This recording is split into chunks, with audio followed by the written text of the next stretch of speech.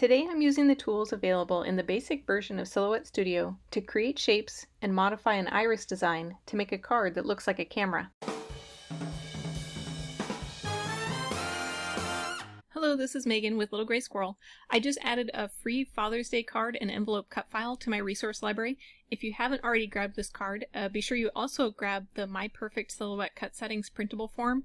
It's a blank form that you fill out whenever you cut a new material on your silhouette so that you know what cut settings to use for next time. So I'll put a link to that in the description. Making this card made me think about a card that I made for my son recently and how it would also be a nice Father's Day card or even a birthday card for a camera lover or a photography lover. So I found this cut file by Clyde on Thingiverse. I'll put a link to that also, Thing8788, but I'll link directly to that in the description below. And I also watched the YouTube tutorial that he has on how to assemble the mechanism, and I will also link that down below so you can watch that as well. I can't share the finished file because it's not mine to share, but I can show you how I modified his card to make into a greeting card that looks like a camera, and using just the basic edition of Silhouette Studio. So here's the card I'm going to show you how to decorate like a camera. This is how the card works. So you pull up on this lever and it opens up, and then you can see this is the metallic cardstock that I have here and here. And then that closes. So this is the birthday card I made for my son, but you can see this is the poster board that you'll see how I make this single piece. And then all of the iris parts are actually inside. So you can see there's maybe these two are the poster board, and then I have the back side of the iris here and then the front side of the iris here. The back side of the iris card is black poster board, and then the front part is cut out of this silver cardstock. And then I've added these two rings. So you can see I separated that with some of the double-sided adhesive foam. This is poster board, and then I have the black poster board there, and there's more double-sided adhesive in there. And then since I didn't have solid core cardstock, I just used a Sharpie and just drew it around the inside of the black parts. On the edges it didn't matter so much, but this is the card that I made, and it's a lot of fun and kind of cool to be able to open it up and close it. So I'm going to show you how to create the shapes that I have here. You can definitely modify it in any way you can add pieces up above, off to the side. You can change it in a whole lot of ways. So let's get started. And I'll try to leave this off to the corner so I can reference it. Okay, so first thing you do is you go to Thingiverse using the link, and you download the files that you need. And there's actually two files that you're going to need. I am going to use the SVG file, which is this Microsoft Edge HTML document. There's also a PDF. If you were cutting out by hand, you could use that. But since we're going to be creating a cut file, we're just going to use the SVG. So you can just drag it into your Silhouette design page. We'll move that off to the side, and then we'll grab the second sheet and open that up as well. Okay, so you can see these pieces over here. There's a lot more than what the file came with, but I'm going to show you how to make those. So first thing I did was I changed the dimension of the card. So the one he created was 5x7. I had an envelope already, so I wanted to make sure that it would fit that size. So I made it a little bit smaller. Coincidentally, it ended up being the same size as the file. Here we go. This is the dad card file. So this is an envelope, and you can also use this. This is the same size. So if you want to grab that file, you'll have a free envelope. First thing we need to do is resize. So whenever I am resizing a cut file, you always want to select everything, grab a corner, and then drag it to the size you want. If I'm trying to make something a specific size, I will draw a shape the size that I wanted it. So if I want this card to be 6.3 by 4.5, I'll go up here and I'll change the width to 6.3 and the height to 4.5, and then enter. And now I know what size I want these cards to be, so I can select all of them and start to make it smaller. And I will actually place one over the other, and that's pretty close. I'll just grab this corner, make it a tiny bit bigger. There we go. So now I can get rid of this red rectangle that I drew. Just delete that. Okay, now all these are the right size that I want. Now I can go ahead and start modifying the card. The camera that I saw, the lens was offset a little bit. The card that he has, it's right in the middle. So this is completely optional, but I decided to move the aperture of the camera off to the side just a little bit. So to do that, you want to select both of these, right click, and ungroup. And you'll see all these separate pieces now. So don't move those around. The things that we need to move together are all of these pieces here, and then this opening here, which is already selected. I can hold the shift key to select more pieces. So I need, not that one, this one, and this one, and then all of these pieces here. Now I'm just going to use my cursor key, and I'm going to tap over and making sure nothing's getting left behind. Just however many spaces I want until the opening is where I want it. And then I will click off of that. And then now I have this gap here. I'm going to zoom in. Select this line and click it 3 times to open that point editing. I'm going to right click and break that path. I'm going to release the compound path so I have a separate line. So I can use my cursor. If I hold shift, it'll jump over in larger increments. There, and just leave that there. Actually, if I want to, I can duplicate and line this up here. Just like that. And then this one, I can just drag it until it gets a little bit smaller. And now this is ready to cut. Okay, so I can zoom back out. And now I can work on the actual card part. This piece here that I have is going to be the body of the card. So when it folds in half, I'll have the front and back of the card. To make this, I'm going to select all of this, which is the front and back of the mechanism. I'm going to duplicate it and move that to the side. So I only need the outline, so I'm just going to select the parts inside and delete it. I'm going to make sure these are grouped, so I'm not moving pieces around and having them get shifted.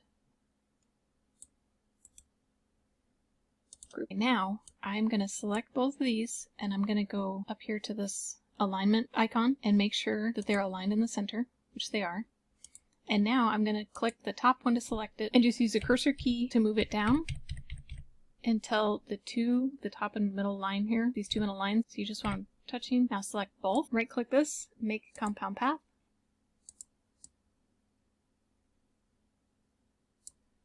Right click, make a compound path.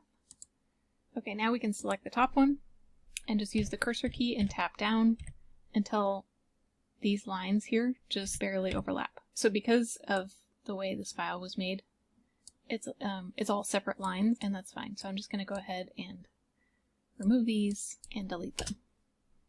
And now I'm going to zoom in a little bit.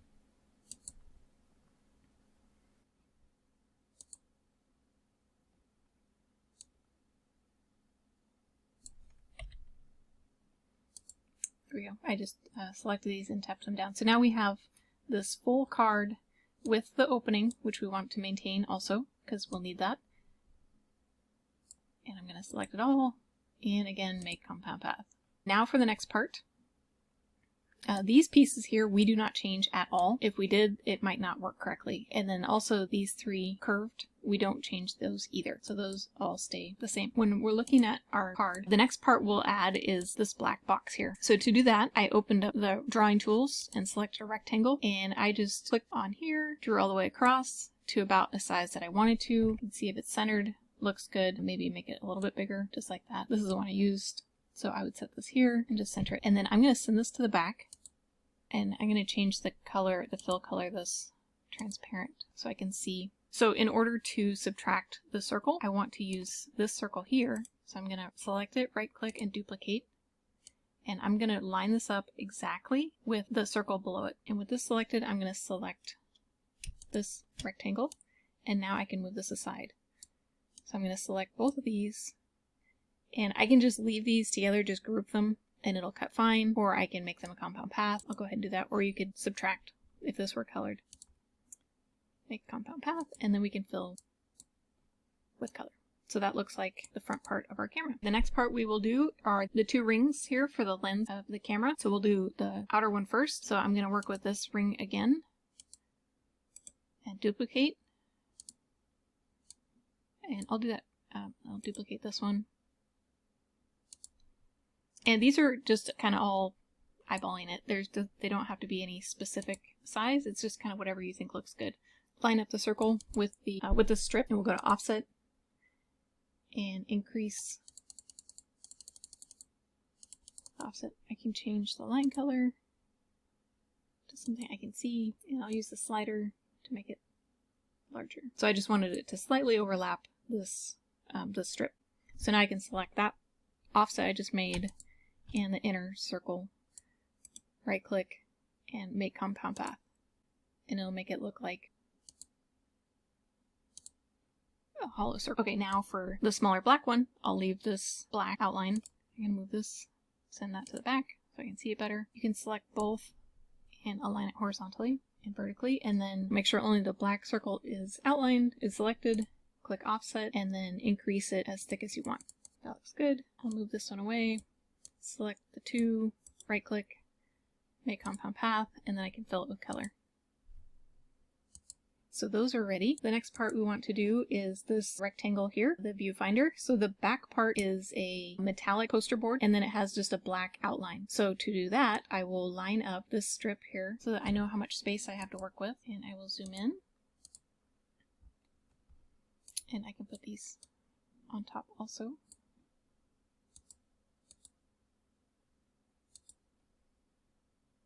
And then this is the area we have to work in. So I'm gonna go back to the draw tools, make another rectangle, and just draw the shape. This looks good. I'm gonna duplicate it because I need 2 pieces to cut out. So this one I will leave as my shiny chrome, and I can even fill this with color just so I don't forget later. And then this one I'm gonna do an internal offset to create a little border. So go back to the offset panel, internal offset, and I'm gonna make this a little bit smaller, just like that.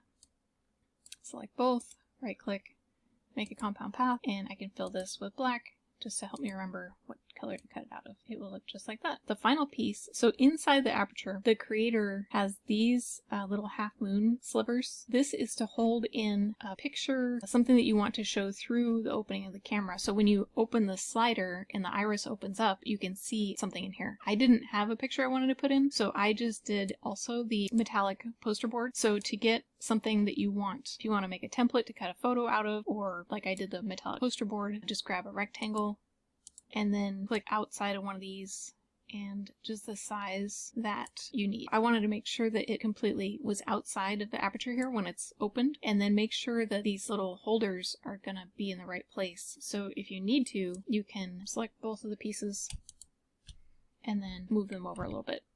You just want to make sure that you don't interfere with these 3 here, because that's how the iris will open and close. So I can also move this one here if I wanted, or rotate it a little bit. And then now I know it's going to be all within the aperture and it's going to hold into these slots. And then I can change the color of this one because I know I want that to be metallic also. So that is all the pieces that are all drawn. Now I will group them by color. So the back of the actual iris template I want to be black, so I'm going to select all of this and group it together so I don't lose any pieces. If you open the editing points, you'll see all these little red dots. That means those are broken paths. It doesn't matter when you're cutting it, you just can't fill it with color.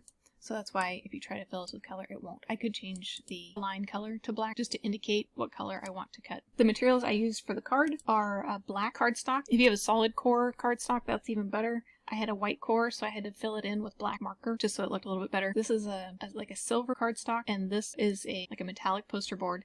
And then the card itself, so the back here, this triangular piece, is just a white poster board that I got from Dollar Tree. And if you want to make an envelope, you can make that out of lightweight cardstock or just copy paper. So let's sort these again here by color. So we have, these are all black. This is the 2 pieces here. This is black. These are the chrome. These 2 are metallic.